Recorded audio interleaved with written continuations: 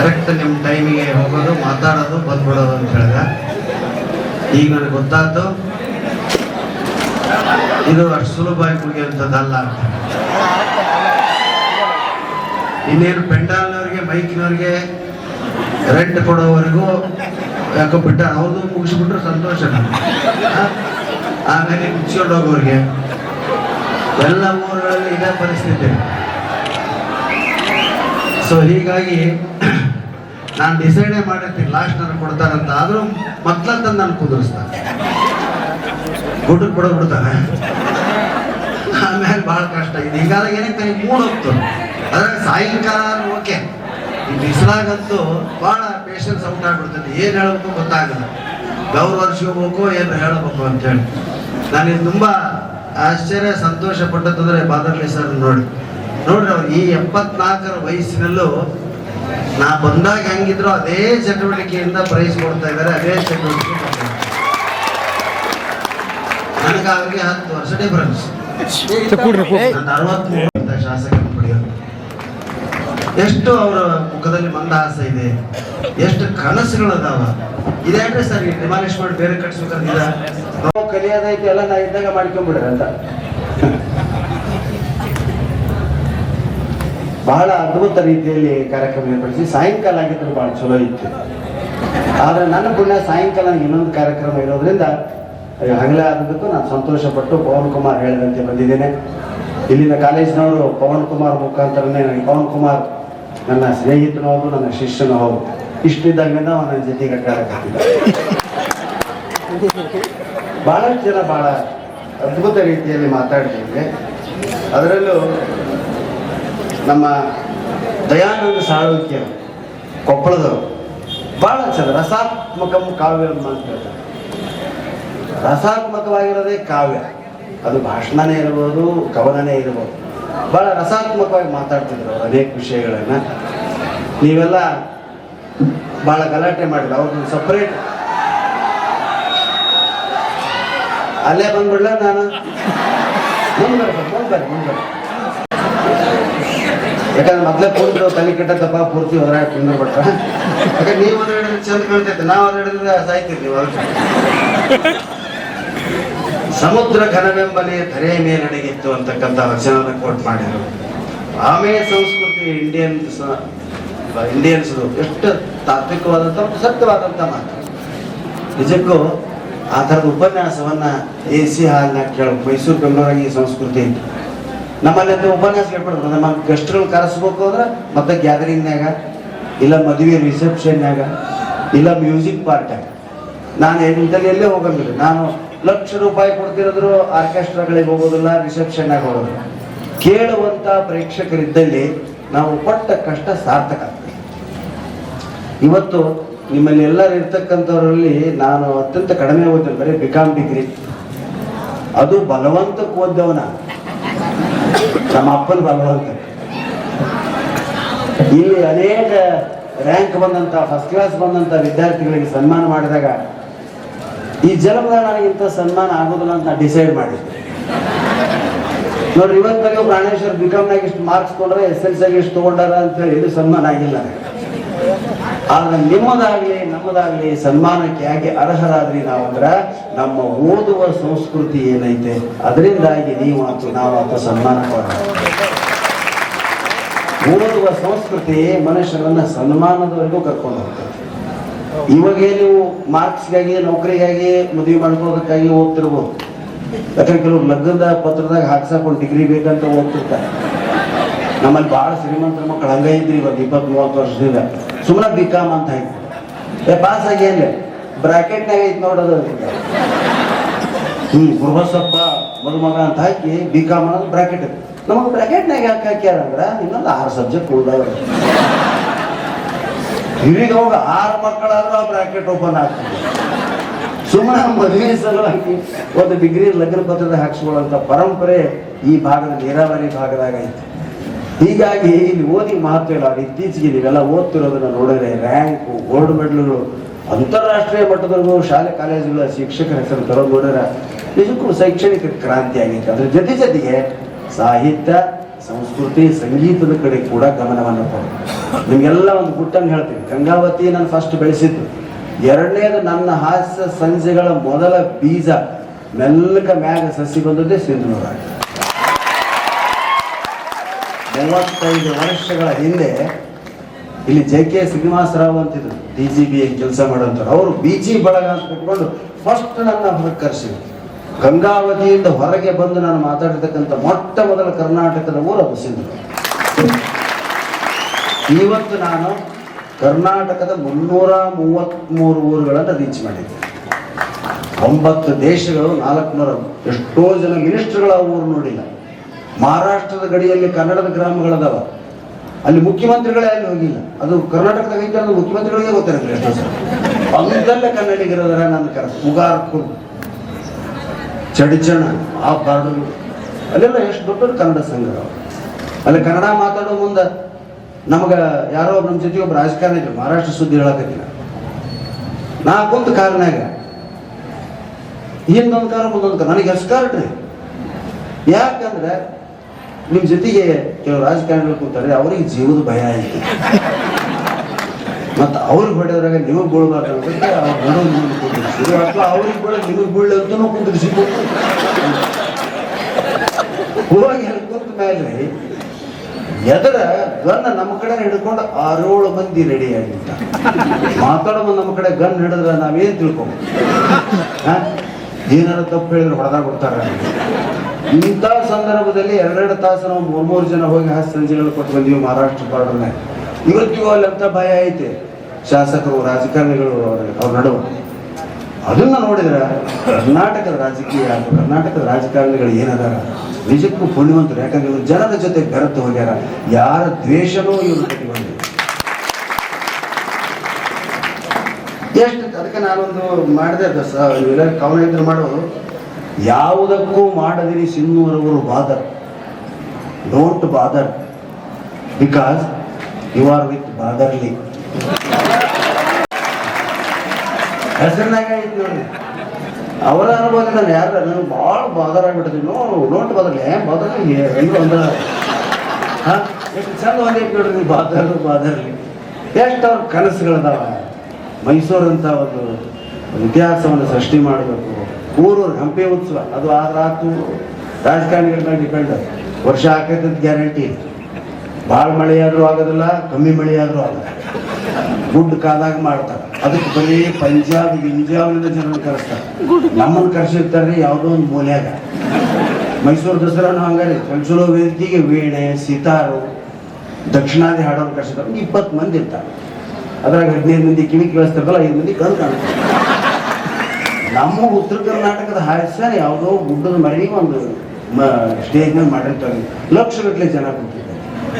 ಅಂದ್ರೆ ಆ ಭಾಗದ ಜನರಿಗೆ ಸಂಗೀತ ವಿದ್ವಾಂಸರು ಎಲ್ಲಿಯವರು ಯಾರೋ ಹೆಸರು ಕೇಳಿರಂಗಿಲ್ಲ. ಲಕ್ಷಾಂತರ ಜನ ಅವ್ರ ಮುಂದೆ, ಲಕ್ಷಾಂತರ ಸೀಟ್ ಅರೇಂಜ್ಮೆಂಟ್. ನಮ್ಗೆ ಸಿಕ್ಕಾಪಟ್ಟೆ ಜನ ಸೇರ್ತಾರೆ ಗುಡ್ಡದ ಮರಿಗೆ. ಅವು ಸ್ಪೀಕರ್ ಇರ್ಲಾರ್ದಕ್ಕ ಡಬರಿ ಕಟ್ಟಿರ್ತಾರೆ, ಡ್ರಮ್ ಕಟ್ಟಿರ್ತಾರೆ. ನಾವು ಹೋದ್ರು ಅವರು ಹೋದ್ರು. ಹೌದಾ? ಆದ್ರೆ ಈ ಭಾಗದಲ್ಲಿ ಅಂಥವಾದ್ರೆ ನಾವು ಆ ಕಡೆ ಹೋಗೋ ಪ್ರಸಂಗನೇ ಬರೋದು. ನಾ ಅದಕ್ಕೆ ನೀವು ನಂಬ್ತಿರಲ್ಲ, ಮೈಸೂರು ದಸರಾಕ್ಕೆ ಹೋಗ್ಕೊಂಡು ಭಾಳ ಜನ ಕಾಯ್ತಾರೆ. ನಾವು ಅಲ್ಲೇ ಮೈಸೂರು ದಸರಾ ಹಂಪಿ ಉತ್ಸವ ನಾವು ಒಪ್ಪೋದೇ ಇಲ್ಲ. ಯಾಕಂದ್ರೆ ಜಾತ್ರೆಯಾಗ ತೇರು ನೋಡಿ ಕೈ ಮುಗಿಬೇಕು, ಬಾಳೆಹಣ್ಣು ಬೇರೆ ಏನು ಮಾಡ್ಬಾರ್ದು. ಅಲ್ಲಿ ಹಾಡ್ತಿದ್ ಬಿದ್ದಿರ್ತ ನಾ ತೇರು ಮುಂದೆ ಯಾವನ್ ಕೇಳ್ತಾನೆ, ಇನ್ನೂ ಗಾಳಿ ಕೆಳಗೆ ಕೇಳ್ಕೊಂಡು ಹೋಗ್ಬೋದು. ತೇರು ಜಾತ್ರೆ ಇದ್ದಂಗೆ ಉತ್ಸವಗಳು ಇದು ಏನೈತಿ ಕಾಂಪ್ಯಾಕ್ಟ್. ನಾನು ಅದಕ್ಕೆ ಯಾವಾಗ ಹೇಳ್ತೀನಿ, ಎಡಿಟೋರಿಯಂನಲ್ಲಿ ಕಾಂಪ್ಯಾಕ್ಟ್ ಇದರಲ್ಲಿ ನನ್ನ ಕಾರ್ಯಕ್ರಮ ಮಾಡಿ. ಯಾಕಂದ್ರೆ ವಿಷಯಗಳು ಹೇಳೋದಿರ್ತದೆ. ನೀವೆಲ್ಲ ಕನ್ನಡ ಮೀಡಿಯಂನಲ್ಲಿ ಅನೇಕ ಜನ ಇದ್ದೀರಿ ಅಂತ ನಾನು ಭಾವಿಸ್ತೀನಿ. ಕನ್ನಡ ಬರೀ ಶಾಲೆಯಲ್ಲಿ ಪಠ್ಯ ಪುಸ್ತಕದಲ್ಲಿ ಮಾತ್ರ ಇಲ್ಲ. ಕನ್ನಡದ ಸ್ವಾರಸ್ಯ ಆಗಲೇ ಸರ್ ಮಾತಾಡ್ತಾ ಭಾಳ ಕೆಲವು ವಿಷಯಗಳು ಭಾಳ ಚಂದ ಹೇಳಿದ್ರು. ಹಾಗೆ ನಿಮಗೂ ನಾನು ಕೆಲವು ವಿಷಯಗಳನ್ನು ಹೇಳ್ತೀನಿ. ಹಾಗೆ ಹಾಗೆ ಸರ್ ಹೇಳಿದ್ರು, ಒಬ್ಬ ಬುಡಾಪಾದ ಹಿಂದಿ ಶಾಯರಿ ಹೇಳ್ತಾರೆ ನೋಡಿ, ಜೋಕ್. ಒಬ್ಬ ಬಿಡಿ ಮಾಡ್ತಿದ್ದ ಜಾತ್ರೆಯಾಗ ಮಗನ ಕರ್ಕೊಂಡು, ಹಮಾರ PDPO, ನಾನು ಹಿಂದಿ ಸರಿ ಸರ್ ತಿದ್ದುಕೊಂಡು, ಹಮಾರ PDPO ಬುಡಾಪ ನಹಿ ಆತ, ಹಮಾರ PDPO ಬುಡಾಪ ನಹಿ ಆತ ಅಂತಿದ್. ನಾನು ಬಿಡಿ ಸೇದ್ರಿ ನಿಮಗೆ ಮುದುಕರಾಗೋದಿಲ್ಲ, ನೀವು ವಯಸ್ಸಾಗೋದಿಲ್ಲ ನಿಮಗೆ ಅಂತ. ಹಮಾರ PDPO ಬುಡಾಪ ನಹಿ ಆತ. ಅವ್ರು ರೊಕ್ಕಿಸ್ಕೊಂತಿದ್ದ, ಮಗ ಎಲ್ಲರಿಗೂ ಬಿಡಿ ಕಟ್ಟಿ ಕೊಡ್ತಿದ್ದ. ಸಂಜೆ ಮುಂದೆ ತಮ್ಮ ರೂಮ್ನಾಗೋ ಅದ್ರಾಗ ಬಂದು ಇಳಿದವರು ರೊಕ್ಕ ಎಣಿಸೋ ಮುಂದೆ ಆ ಹುಡುಗ ಅಪ್ಪ ನೀ ರೊಕ್ಕ ಎಣಿಸೋ ನಾವೊಂದು ಬಿಡಿ ಸೇರ್ತೀನಿ ಬಿಟ್ಬಾರ್ದು ಹಚ್ಕೋಬೇಡ ಬಿಡಿ ಹಚ್ಬಾರ್ದು ನೀನೇ ಹೇಳಿದ್ರಪ್ಪ ಬಿಡಪ್ಪ ನೈ ಅಂತ ಮಾರ ಬಿಡಿ ಪಿ ಅಂತ ನಾನು ಸೇರ್ತೀನಿ ನಾನು ಮುದುಕಾಗೋದು ಒಳ್ಳೆ ಆಗೈತಿ ಅಯ್ಯೋ ಹಂಗಲ್ಲೇ ಅದು ಬುಡಾಪ ನೈ ಅಂತಂದ್ರೆ ಜವಾನಿ ಮೇ ಮರ್ ಜಾತ ಕಾನ್ಸರ್ಟ್ನಲ್ಲಿ ನಾನು ಗೆಸ್ಟ್ ನನ್ನ ಯಾಕೆ ಅವ್ರಿಗೆ ಗೆಸ್ಟ್ ಹಾಕ್ಸಿದ್ರೆ ನನಗೆ ಕೊಳಲು ಬಾರ್ಸಕ್ಕೆ ಸ್ವಲ್ಪ ಬರ್ತಿತ್ತು ಮುದುಕಾಲ ನೀವು ಕೊಳಲು ಬಾರಿಸಿ ಉದ್ಘಾಟನೆ ಮಾಡಿದ್ರಲ್ಲಿ ನಾನು ಮಾತಾಡ್ತೀನಿ ಕೊಳಲಿನ ಬಗ್ಗೆ ಮಾತಾಡ್ತೀನಾಗಲಿ ನಾ ಬಾರಿಸೋಂಗಿಲ್ಲ ಅಂತ ಹೇಳಿದ್ರೆ ನೋಡ್ರಿ ಕೊಳಲು ಬಾರಿಸ್ತೀನಿ ಡ್ರಮ್ ಬಾರಿಸ್ತೀನಿ ಡೊಳ್ಳು ಬಾರಿಸ್ತೀನಿ ಸ್ಟೂಡೆಂಟ್ಗಳಿಗೆ ಬಾರಿಸ್ತೀನಿ ಇದು ಓಕೆ ನುಡಿಸ್ತೀನಿ ಅನ್ಬೇಕಂತ ಮೈಸೂರು ಕಡೆ ಅಂತ ನಾನು ಕೊಳಲನ್ನು ನುಡಿಸ್ತೀನಿ ನುಡಿದಂತೆ ನುಡಿಸ್ತೀನಿ ಕೊಳಲನ್ನೇ ಯಾಕೆ ಆರಿಸಿಕೊಂಡಾರ ಕೊಳಲು ಯಾಕೆ ಕೃಷ್ಣನ ಕೈಯಾಗ ಕೊಳಲೇ ಯಾಕೆ ಬಂತು ಎಂತ ಅದ್ಭುತವಾದಂಥ ಒಂದು ಸಣ್ಣ ಕಥೆ ಇದೆ ಅದು ನನ್ನನ್ನು ನೀನು ಆಯುಧವನ್ನಾಗಿ ಮಾಡಿಕೊ ನನ್ನನ್ನು ಕೈಯೊಳಗಿರೋ ವಾದ್ಯವನ್ನಾಗಿ ಮಾಡಿಕೊ ಅಂತೇಳಿ ಡೊಳ್ಳು ಡಮರುಗ ಎಲ್ಲ ಕೂತಿದ್ದಲ್ಲಿ ನನ್ನ ಆರಿಸಿ ತಪ್ಪಡಿ ಬ್ಯಾಂಡು ಕ್ಲಾರ್ನೆಟ್ ಓಸು ಲೈನ್ ಎಲ್ಲ ನನ್ನ ಆರಿಸ್ಬೇಕು ನಾನು ಡಮ್ಮಂತ ಭಾಷೆ ಅಲ್ಲಿಯವರೆಲ್ಲ ಎದ್ದು ಬರ್ಬೇಕು ನಾನು ಕೈ ಅಂತ ಕೂದಿದ್ದು ಎಲ್ಲರೂ ಓಡಿ ಹೋಗ್ಬೇಕು ಹಿಂಗೆ ಹೇಳಕತ್ತಿದ್ದು ತಮ್ಮ ವರ್ಣನೆ ಕೃಷ್ಣ ಅವನು ಕೇಳ್ತಾ ಸುಮ್ಮನೆ ಮುಂದೆ ಬಂದ ಲಾಸ್ಟಿಗೆ ಕೊಳಲಿತ್ತು ಏನೇ ಹೇಳ್ತೇವಲ್ಲ ನಾ ಏನು ಹೇಳಲಿ ಪ್ರಭುವೇ ನನ್ನ ಮೈ ಒಂದು ಬಿದಿರು ತುಂಬ ತೂತು ಹೌದಾ ಮೈ ತುಂಬ ಆರವ ಸಪ್ತ ಸ್ವರಗಳು ಎಲ್ಲ ಹೋಲ್ಗಳು ನೀನಾಗಿ ಕೃಪೆ ಮಾಡಿ ನನ್ನೊಳಗೆ ಉಸಿರು ಹಾಕಿದೆ ಅಂದ್ರೆ ನಾನು ನುಡಿಸ್ತೀನಾಗಲಿ ನನಗೆ ಸ್ವಂತ ನುಡಿಯೋ ಶಕ್ತಿ ಇಲ್ಲ ಅಂತ ಹೇಳಿದೆ ಅವಾಗ ಕೃಷ್ಣ ಅದನ್ನು ತನ್ನ ವಾದ್ಯವನ್ನಾಗಿ ಆರಿಸಿಕೊಂಡ ಅಂತ ಪುರಾಣಗಳಲ್ಲಿ ಹೇಳ್ತಾರೆ ಅಂದರೆ ನಾವು ಖಾಲಿಯಾದಾಗ ನಮ್ಮಲ್ಲಿ ಏನೂ ಇಲ್ಲ ಎಲ್ಲ ನಿಂದೆ ಅಂದಾಗ ಭಗವಂತ ಒಲಿತಾನೆ ಅನ್ನೋದಕ್ಕೆ ಈ ಕಥೆಯನ್ನು ಭಾಗವತಗಳಲ್ಲಿ ಹೇಳ್ತಾರೆ ಎಲ್ಲ ಗೊತ್ತೈತೆ ನನಗೆಲ್ಲ ಗೊತ್ತಿಲ್ಲ ನೋಡಿ ಗೊತ್ತೈತೆ ನಿನ್ನೆ ಗಾಂಧಿ ಬಂದಿದ್ರಲ್ಲ ಬಂದು ಭೇಟಿಯಾಗಿಲ್ಲ ಹೇಳೋ ಅವಸರದ ಕೆಲವು ಎಲ್ಲ ನಂಗೆ ಗೊತ್ತೈತೆ ಎಲ್ಲ ಬೆಲ್ಲ ನಾನು ಪಟ ಹೇಳ್ತಿರ್ತಾರೆ ನಾನು ನಮ್ಮ ಅಪ್ಪನಿಗೆ ದೊಡ್ಡವ್ರು ಮಾಡಿದ್ದಂತ ಅವನು ಅದಕ್ಕೆ ಏನನ್ನೂ ಹಚ್ಕೋಬಾರ್ದು ಅನ್ನೋದಕ್ಕೆ ಹೇಳ್ತಾ ಹಾಸ್ಯಕ್ಕಿಂತ ಹೆಚ್ಚು ನಾನು ತುಂಬ ಇಷ್ಟಪಡೋದು ಕೆಲವು ನುಡಿಮುತ್ತುಗಳ ಊಟಕ್ಕೆ ಕೈ ಮಾತಾಡೋದು ಅನ್ನ ಗಳಿಸೋದು ಮುಖ್ಯ ಅಲ್ಲ ಅಥವಾ ಅನ್ನ ತಿನ್ನೋದು ಮುಖ್ಯ ಅಲ್ಲ ಗುರಿ ಕಡೆ ನೀವು ಹೋಗ್ಬೇಕು ಅಂತ ಬಹಳ ಅದ್ಭುತವಾದಂಥ ಕಥೆ ಚಂದಮಾಮದಾಗ ಬಂದಿದ್ದು ಸ್ನೇಹಿತರೆ ಒಂದ್ಸಾರಿ ಏನಾಗತ್ತೆ ಅದನ್ನು ನಿಮ್ಮ ಮುಂದೆ ಹೇಳಿ ನಾನು ಮತ್ತೆ ಒಂದೆರಡು ವಿಷಯಗಳನ್ನು ಮಾತನ್ನು ಮುಗಿಸ್ತೀನಿ ಅಷ್ಟೇ ಲೇಟ್ ಆಗ್ತಾ ಮೂರು ಹೋಗ್ಬಿಡ್ತು ಅಂತ ಹೇಳಿ ನಾನು ಹೆಂಗೆ ಹಾಕತ್ತೆ ನೋಡ್ರಿ ಸ್ವಲ್ಪ ಸ್ಟಾರ್ಟಿಂಗ್ನಾಗ ಅದಕ್ಕೆ ನಾನು ಯೋಚನೆ ಮಾಡ್ಕೊಂಡು ಬಂದಿದ್ದೆ ಎಲ್ಲ ಹೋಗ್ಬಿಟ್ಟು ಇಲ್ಲಿ ಬಿಡಿ ಏನೋ ಮಾಡೋಣ ಅಂತ ಪರಿಚಯ ಭಾಷಣ ಯಾರ್ಯಾರು ಮಾಡಿದ್ರೋ ಗೊತ್ತಿಲ್ಲ ನಾನು ನಿಮ್ಮ ಪರಿಚಯ ಭಾಷಣ ಏನಾದ್ರು ಮಾಡ್ತೀನಿ ಸರ್ ಕೊಡ್ರಿ ಅಂತ ಯಾರೋ ಆಗಲೇ ಬಂದು ದಯವಿಟ್ಟು ಮಾಡಬೇಡ ಯಾಕಂದ್ರೆ ಸುಮಾರು 20 ವರ್ಷಗಳ ಹಿಂದೆ ನಾನು ಪ್ರಿಂಟ್ ಮಾಡಿಸಿದ್ದೆ ನನ್ನ ಹೆಸರು ಈ ಒಂದು ಆದ್ಮೇಲೆ ಪ್ರಿಂಟ್ ಮಾಡಿಸಿದ್ದೆ ನಿಮ್ಮ ಪರಿಚಯ ಹೇಳಿದ್ರಿಂದ ಎಲ್ಲ ಹೇಳಿದೆ ಬರ್ಕೊಂಡು ಅವರು ಕಾಲೇಜಿನ ಒಂದು ಪ್ರಫಾರ್ಮ ಮಾಡಿದ್ರು ಹೆಸರು ಗಂಗಾವತಿ ಪ್ರಾಣೇಶ್ ಊರು ಗಂಗಾವತಿ ಜನನ ಮರಣ ಹಿಂಗೆ ಎಲ್ಲ ಲಿಸ್ಟ್ ಮಾಡಿದ್ರು ಅದನ್ನ ಅವತ್ತಂತ ನಮ್ಮ ಪ್ರಫಾರ್ಮ ಐತ್ರಿ ನೀವು ಹೇಳ್ಕೊಂಡು ತಗೊಂಡು ನಿಮ್ಮ ಹೆಸರು ಪ್ರಾಣೇಶ್ ಊರು ಗಂಗಾವತಿ ಓದು ಬಿಕಾಮ್ ಜನನ ಸರ 8-9 ಮರಣ ಸರ ನಿಮ್ಮ ಎದುರಿಗೆ ಕೂತಿನಲ್ಲ ಇದ್ರಾಗ ಐತ್ರಿ ಸರ್ ಏನು ಮಾಡೋಣ ಅದ್ರಾಗ ಇರೋದು ತುಂಬಲಿಲ್ಲ ಅಂದ್ರೆ ಮಾಸ್ತರ್ ಬೈತಾರೆ ಜನನ ಮರಣ ಇನ್ನೂ ಆಗಿಲ್ಲ ಅಂತ ಬರ್ಬೋದು ಮುಂದೆ ನೀವೆಷ್ಟು ಅಡ್ಡಾಡಿರಿ ಒಂದು 4,000 ಎಷ್ಟು ಕಾರ್ಯಕ್ರಮ ಎಲ್ಲ ಡೀಟೇಲ್ ಸರ್ ನಿಮ್ಮ ಹವ್ಯಾಸ ಏನ್ರಿ ಅಂತ ಹವ್ಯಾಸ ಅನ್ನೋದು ಸರ್ ಕನ್ನಡದ ವೈಶಿಷ್ಟ್ಯ ಜಗತ್ತಿನಲ್ಲಿ ಅಥವಾ ಕರ್ನಾಟಕದಲ್ಲಿ ಇಂಡಿಯಾದಾಗ ಎಲ್ಲರೂ ಎಲ್ಲ ಭಾಷೆ ಸುಲಭ ಕಲಿತಾರೆ ಬೇರೆ ರಾಜ್ಯದವರು ಕನ್ನಡ ಕಲಿಯೋಕ್ಕಾಗಂಗಿಲ್ಲ ಕನ್ನಡ ಸುಲಭ ಅಲ್ಲ ಆ ಭಾಷೆಯ ಧರ್ಮವನ್ನು ಅರಿತುಕೊಂಡು ಅಲ್ಲೇ ಏನು ಹುಟ್ಟುತ್ತೀವಿ ನಾವು ಕರ್ನಾಟಕದ ಹುಟ್ಟಿದವರು ಮಾತ್ರ ಸ್ಪಷ್ಟ ಕನ್ನಡ ಆಡ್ತಾರಾಗಲಿ ಬ್ಯಾಕ್ ಹಿಂದಿ ಸುಲಭ ಮಾತಾಡ್ತೀವಿ ಇಂಗ್ಲೀಷ್ ಅಂತೂ ಸರಾಸರಿ ಹೌದಾ ಕನ್ನಡ ಮಾತಾಡಂಗಿಲ್ಲ ಅವರು ಯಾಕೆ ಕನ್ನಡ ಅಷ್ಟು ಸುಲಭ ಇಲ್ಲ ಇಲ್ಲೇ ವರ್ಣ ಸ್ವರ್ಣ ಎಲ್ಲೆಲ್ಲವೂ ಕಾಮ ಹ್ರಸ್ವ ದೀರ್ಘ ಸಂಧಿ ಸಮಾಸ ಎಷ್ಟು ತಪ್ಪು ಐತ್ರಿ ಕನ್ನಡ. ಇದರಲ್ಲಿ ಜನಿಸಿದಾಗ ಮಾತ್ರ ಬರುವಂಥ ಏಕೈಕ ಜಗತ್ತಿನ ಭಾಷೆಗಳಲ್ಲಿ ಕನ್ನಡ ಶ್ರೇಷ್ಠವಾಗಿರ್ತದೆ. ಅದಕ್ಕೆ ಕನ್ನಡ ಮಾತಾಡೋದು ಹಿಂದಿಯಲ್ಲಿ ಬೇರೆ ಕನ್ನಡ ಮಾತಾಡಂಗಿಲ್ಲ. ಇಂಗ್ಲೀಷ್ನವರು ಇಂಗ್ಲೀಷ್ನಾಗ, ಹಿಂದಿಯವ್ರು ಹಿಂದಿಯಾಗ, ತೆಲುಗಿನವ್ರು ತೆಲುಗಿನಾಗ. ನಾವು ಅವ್ರ ಭಾಷೆ ಕಲಿತೀವಿ, ಅವ್ರು ನಮ್ಮ ಭಾಷೆ ಕಲಿಯೋಕ್ಕಾಗಲ್ಲ. 40 ವರ್ಷದಿಂದ ಇಲ್ಲೇ ಇರ್ತಾರೆ. ಹೌದಾ?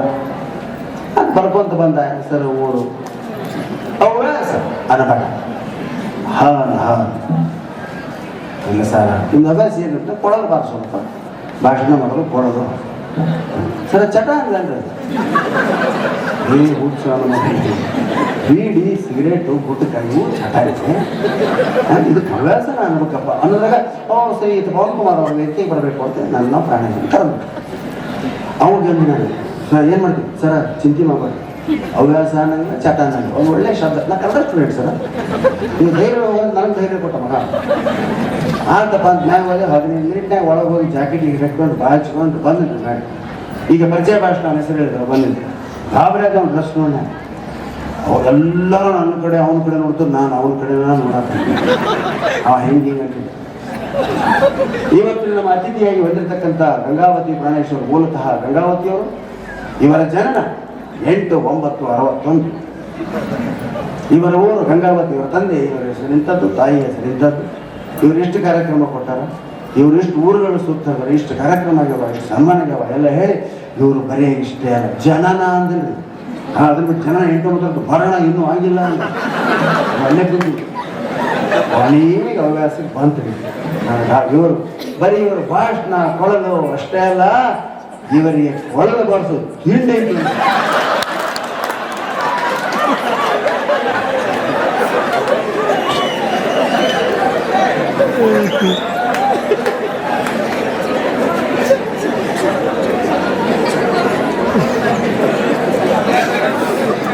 ಎಂತ ದೇಶ ಚಟ ಅಂತ ನಿಂತಿದ್ದಾವ ಅದಕ್ಕೆ ಬಟ್ಟೆ ದಾರಿದ್ರ್ಯ, ಅನ್ನ ದಾರಿದ್ರ್ಯ, ವಿದ್ಯಾ ದಾರಿದ್ರ್ಯ ಕೆಟ್ಟವಲ್ಲ, ಶಬ್ದ ದಾರಿದ್ರ್ಯ ಭಾಳ ಕೆಟ್ಟ. ಎಷ್ಟೋ ಓದೋ ಬರ್ಲಾರ್ದವ್ರು ಚಂದ ಮಾತಿನಿಂದ ಭಿಕ್ಷೆ ಬೇಡ್ಕೊಳ್ತಿದ್ದಾರೆ, ಏನೇನೋ ಶಾಸ್ತ್ರ ಗೀಸ್ತ್ರ ಹೇಳ್ಕೊಂಡು ಅಡ್ಡಾಡ್ತಾವ ಪಾಪ. ಹೌದಾ? ಅದಕ್ಕೆ ಮಾತು ಮುಖ್ಯ, ಮಾತು ಕೇಳಿದ್ರೆ ತಲೆಯಾಗ ವಿಷಯ ಇರಬೇಕು ಅಂತ ಹೇಳ್ತಾ ಇಲ್ಲಿ ಟೀಚರ್ಸ್ ಇದೆ ಅಂತ ಕೆಲವು ಹೇಳ್ತಾರೆ. ದೇವರ ಕೋಣೆಯಲ್ಲಿ ದೇವರ ಮುಂದೆ ದೀಪ ಉರಿಯುತ್ತಿದ್ರೆ ಅದು ಏನು ದೇವರ ಪುಣ್ಯ ಅಷ್ಟೇ. ಬಹಳ ಸ್ಟ್ಯಾಂಡರ್ಡ್ ಹಾಸ್ಯ ಸ್ನೇಹಿತರೆ. ಮಕ್ಕಳನ್ನು ಬೆಳೆಸುವುದು ಹೇಗೆ ಅಂತ ಅನ್ನೋ ಪುಸ್ತಕ ಓದಿದ್ ನಾನು. ಅವು ಹುಡುಗ ಉತ್ಸಾಹ ನಾನು ನಿಮ್ಮವ್ವ ಓದಬೇಕಲ್ಲ, ನೀವು ಓದೋದಕ್ಕೆ ನನ್ನ ಸಲುವಾಗಿ ಓದಕ್ಕಿದ್ದಿಲ್ಲಪ್ಪ, ನಾನು ನಿಮ್ಮ ಸಲುವಾಗಿ ಓದಕ್ಕಿದ್ದೀನಿ. ಹಂಗ ನೀವು ನನ್ನ ಸರಿ ಬೆಳೆಸ್ತಿದಿಲ್ಲೋ ತಿಳ್ಕೊಬೇಕಾಗಿತ್ತು. ಸತ್ಯಕ್ಕೂ ಸುಳ್ಳಿಗೂ ವ್ಯತ್ಯಾಸ ಏನಂತ ಕನ್ನಡ ಮಾಸ್ತರ್ ಕೇಳಿ.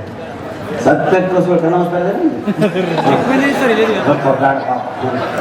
ಸತ್ಯಕ್ಕೂ ಸುಳ್ಳಿಗೆ ವ್ಯತ್ಯಾಸ ಕೇಳಿದಾಗ ನಮ್ಮ ದೀಚೆಯವ್ರ ತಿಮ್ಮ ಎದ್ದಿ ಅಂತ ಹೇಳಿದ, ನೀವು ಪಾಠ ಹೇಳಕತ್ತೀರಿ ಇದು ಸತ್ಯ, ನೀವು ಪಾಠ ಹೇಳಕತ್ತೀರಿ ಸತ್ಯ, ಇಲ್ಲಿ ಕೇಳಿ ನಾವು ಉದ್ಧಾರ ಆಗ್ತಂತ ತಿಳ್ಕೊಂಡಿರಲ್ಲ.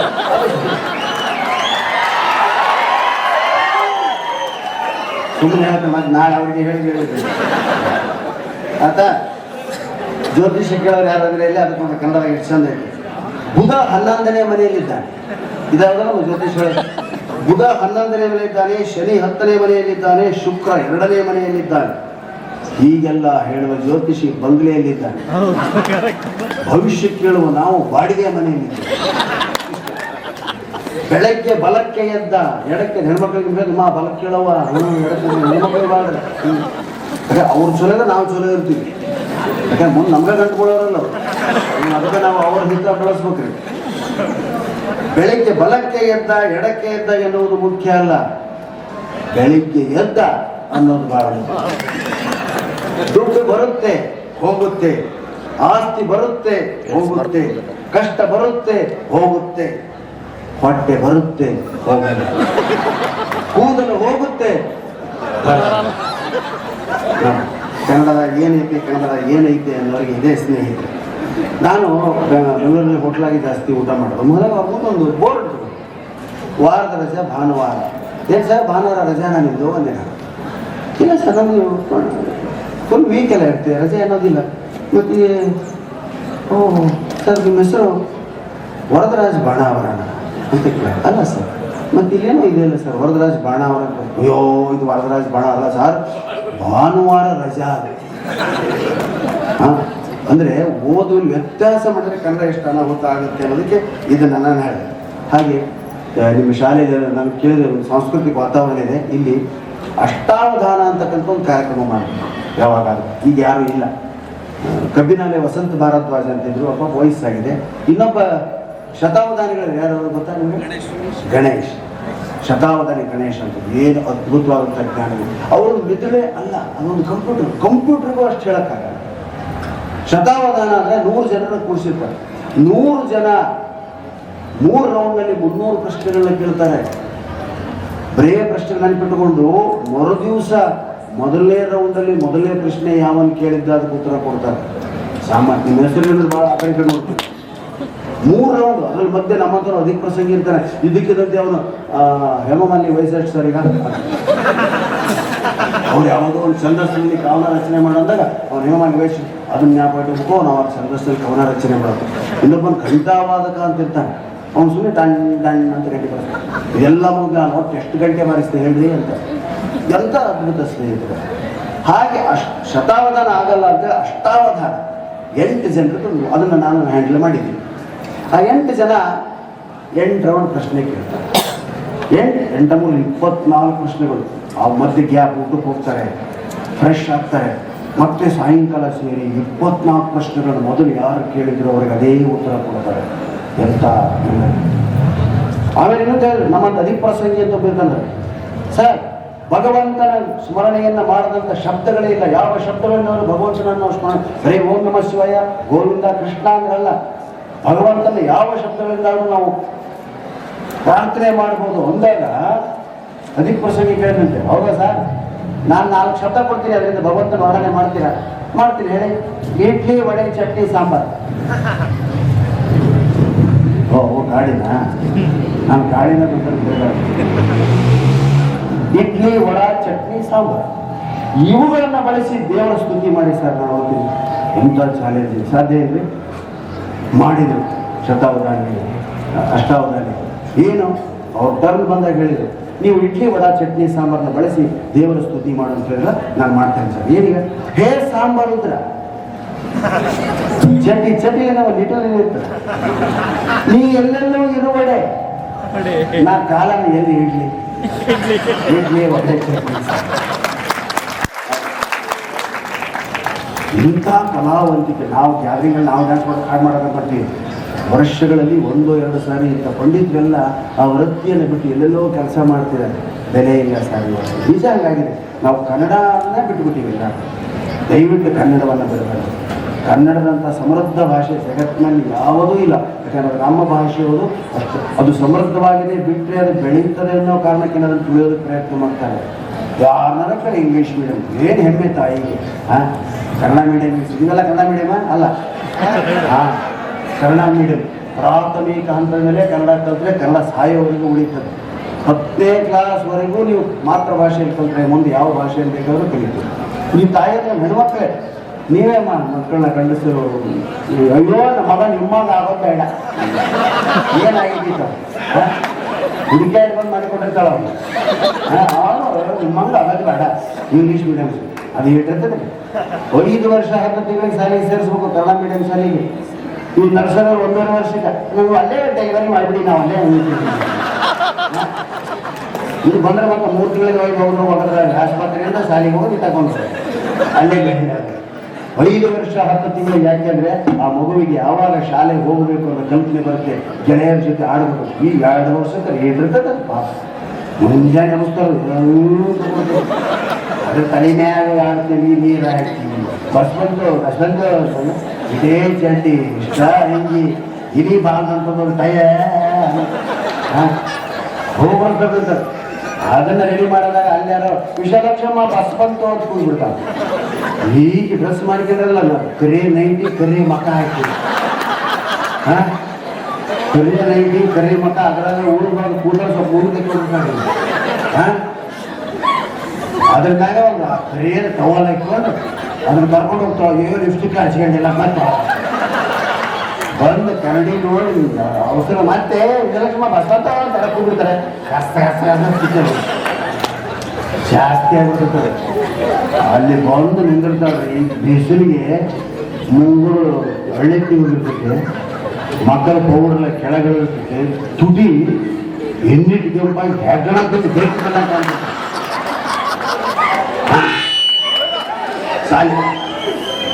ಶಾಲೆಗೆ ಹೋಗಾಕ ತಾಯಿನೂ ರೆಡಿ ಆಗ ನಮಗೆ ಯಾವಾಗ ಶಾಲೆಗೆ ಹೋಗ್ತಿದ್ವಿ, ಯಾವಾಗ ಮನೆಗೆ ಹೋಗ್ತಿದ್ವಿ. ನಮ್ಮಪ್ಪ ಖುದ್ದು ಮಾಸ್ತಾರಿದ್ದ ಪ್ರಾಣೇ ಶಾಲೆಗೆ ಹೋಗಿರವಿ ಈ ಕಡೆ ಹೋದ್ರೆ ಹೋಗಿರ್ಬೇಕು. ಎಂಥ ವಿಶ್ವಾಸ ನಮ್ಮಪ್ಪ. ಈ ಕಡೆ ಅಡ್ಡಿಕ್ಕಿಗೆ ಹೋಗಿ ನಾವು ಪಾರ ಆಗಿರ್ತೀವಿ. ನಮ್ಮಪ್ಪ ಕಾಣಕ್ಕನ ಬಾಟಿ ತಿಳ್ಕೊಡ ಅಪ್ಪ ಹೋಗ್ಯಾರ ಮತ್ತೆ ಈ ಕಡೆ ಇತ್ತ ಹೋಗಿದ್ರೆ ಎಲ್ಲ ಹಳೆ ಮನೆ ಕೇಳಿ ಬದಲ ಕೇಳಿ ಅವ್ರ ಕಾಲಕ್ಕೆ ಹೆಂಗಿತ್ತು. 5 ಶಾಲೆ ಅಂತಿರ್ತದೆ. ಮೊದಲಲ್ಲಿ ಪ್ರಾಥಮಿಕ ವಿದ್ಯಾಭ್ಯಾಸ ಆಗಿ ಗೌರ್ಮೆಂಟ್ ಶಾಲೆ, ಈಗಿನ ಪ್ರೈವೇಟ್ ಶಾಲೆ ಇಲ್ಲ. ಪ್ರೈವೇಟ್ ಶಾಲೆ ಬರೇ ಶಿಸ್ತಿ. ನಾನು ಯಾವಾಗ ಹೇಳ್ತೀನಿ ಮಾತಲ್ಲ, ರ್ಯಾಂಕ್ ಹುಡುಗರು ನೋಡ್ರಿ ನೀವು ಗೊಂಬಿದ್ದಂಗಿರ್ತಾವ. ನಿನ್ನ ಹೆಸರು my name is Praveen Kumar, my father name is Vinay Kumar, I am studying at 6th standard A section. Good morning ಪೂರ್ತಿ ಬಯೋಡಾಟ ಹೇಳಿದ್ರೆ ಗುಡ್ ಮಾರ್ನಿಂಗ್ ಅಂದ್ರೆ ನಾವು ಏನು ಮತವಾಡ ಪ್ರಚಾರದಾಗ ಹೆಸರಿಗೆ ಕೇಳಿದ್ರೆ ಸಾಕು. ಅದೇ ನಾವು ಉತ್ತರ ಕರ್ನಾಟಕದ ಸರ್ಕಾರ ಶಾಲೆ ಓದಿಲ್ಲ ಹೆಸರು ನಿಮ್ಮ ಹೆಸರೇನ? ನಮ್ಮ ಹೆಸರು ನಿಯಮ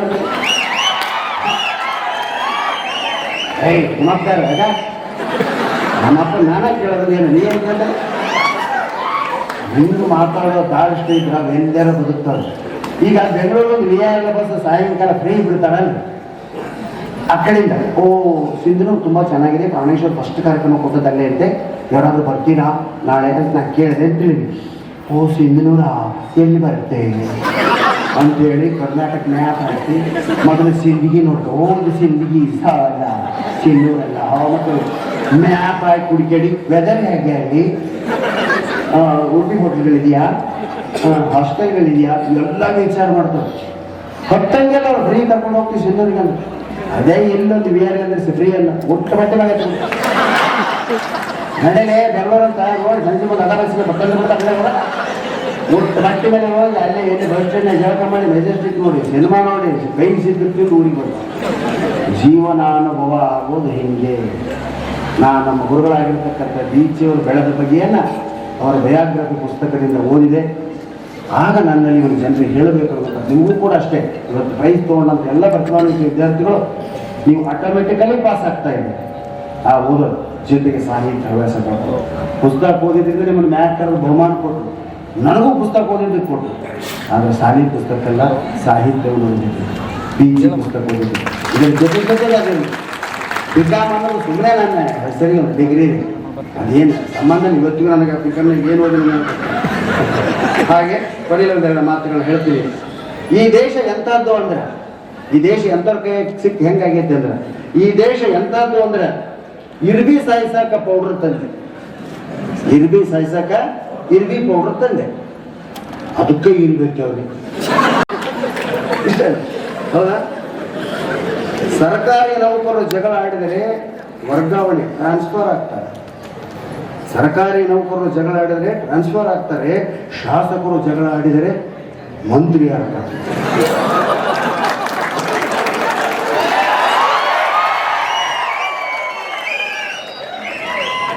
ಇದು ಚಪ್ಪಾಳೆ ಹೊಡೆಯುವಂಥದ್ದೆಲ್ಲ ಯೋಚನೆ ಮಾಡುವಂಥದ್ದು. ಬ್ರಿಟಿಷರು ಭಾರತಕ್ಕೆ ಬರುವಾಗ ಒಬ್ಬನೇ ಒಬ್ಬ ಸೈನಿಕನನ್ನು ಕರೆತರಲಿಲ್ಲ. ಇದನ್ನು ಯೋಚನೆ ಮಾಡುವಂಥದ್ದು. ಬ್ರಿಟಿಷರು ಭಾರತಕ್ಕೆ ಬರುವಾಗ ಒಬ್ಬನೇ ಒಬ್ಬ ಸೈನಿಕರನ್ನು ಕರೆತರಲಿಲ್ಲ.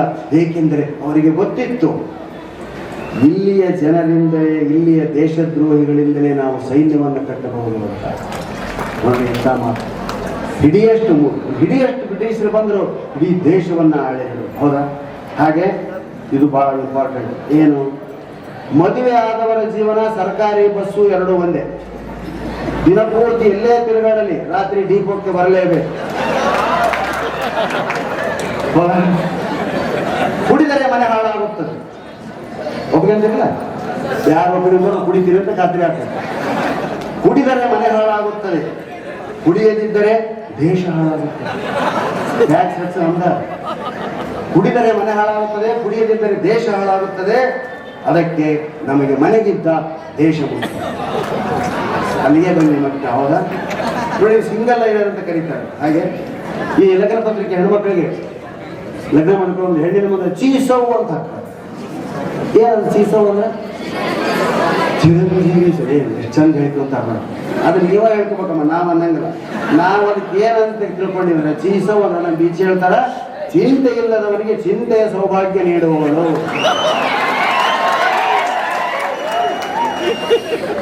ಇದು ಎಷ್ಟು ಗಮನಾರ್ಹವಾಗಿರ್ತಕ್ಕಂಥ ಮಾತು. ಏನು? ಶಾಲೆಯೊಳಗೆ ಶಿಕ್ಷಕನ ಕೈಯಲ್ಲಿದ್ದ ಹೊಡೆಯುವ ಹಕ್ಕನ್ನು ಕಸಿದುಕೊಂಡ ಮೇಲೇನೆ, ಶಾಲೆಯೊಳಗೆ ಶಿಕ್ಷಕನ ಕೈಯಲ್ಲಿದ್ದ ಹೊಡೆಯುವ ಹಕ್ಕನ್ನು ಕಸಿದುಕೊಂಡ ಮೇಲೇನೆ ಸ್ಟೇಷನ್ನಲ್ಲಿಂದ ಪೊಲೀಸರಿಂದ ಒದಿಸಿಕೊಳ್ಳುವವರ ಸಂಖ್ಯೆ ಜಾಸ್ತಿ ಆಗಿದೆ. ಹೌದಾ? ಕನ್ನಡದಲ್ಲಿ ಏನೂ ಇಲ್ಲ ಅಂತ ಇಂಗ್ಲೀಷ್ಗೆ ಪ್ರಾಬ್ಲಮ್ ಸೋತಿರಲ್ಲಮ್ಮ, ಅಂಥವ್ರಿಗೆ ಹೇಳ್ತಾ ಇದ್ದೀನಿ, ದಯವಿಟ್ಟು ನೀವು ಕೂಡ ಅವನ್ನ ದಯವಿಟ್ಟು ಸಾಹಿತ್ಯವನ್ನು ಓದಿ. ವಿಶೇಷವಾಗಿ ಹಾಸ್ಯ ಸಾಹಿತ್ಯದ ಮೂಲಕ ನೀವು ಬಹಳಷ್ಟು ಹೊರಗಿನ ಜ್ಞಾನ ಪಡ್ತೀವಿ. ಭಯ ಹೋಗ್ತದೆ. ನೀವು ಯಾವ ಡಾಕ್ಟರ್ ತೋರಿಸಬಾರ್ದು, ಅವನಿಗೆ ಸೆನ್ಸ್ ಆಫ್ ಹ್ಯೂಮರ್ ತುಂಬ್ರಿ. ಭಯ ಹೋಗ್ತಾನೆ, ನಮ್ಮ ಮಗ ಎಲ್ಲಿ ಬರಂಗಿಲ್ಲ, ಅಂಜ್ಕೊಂತಾನ್ರಿ, ರಾತ್ರಿ ಒಬ್ಬನ ಹೊರಗೆ ಇಂಟರ್ವ್ಯೂಲಿಗೆ ಸಹಿತ ಹೋಗ್ಬೇಕು, ಯಾರ ಜೊತೆ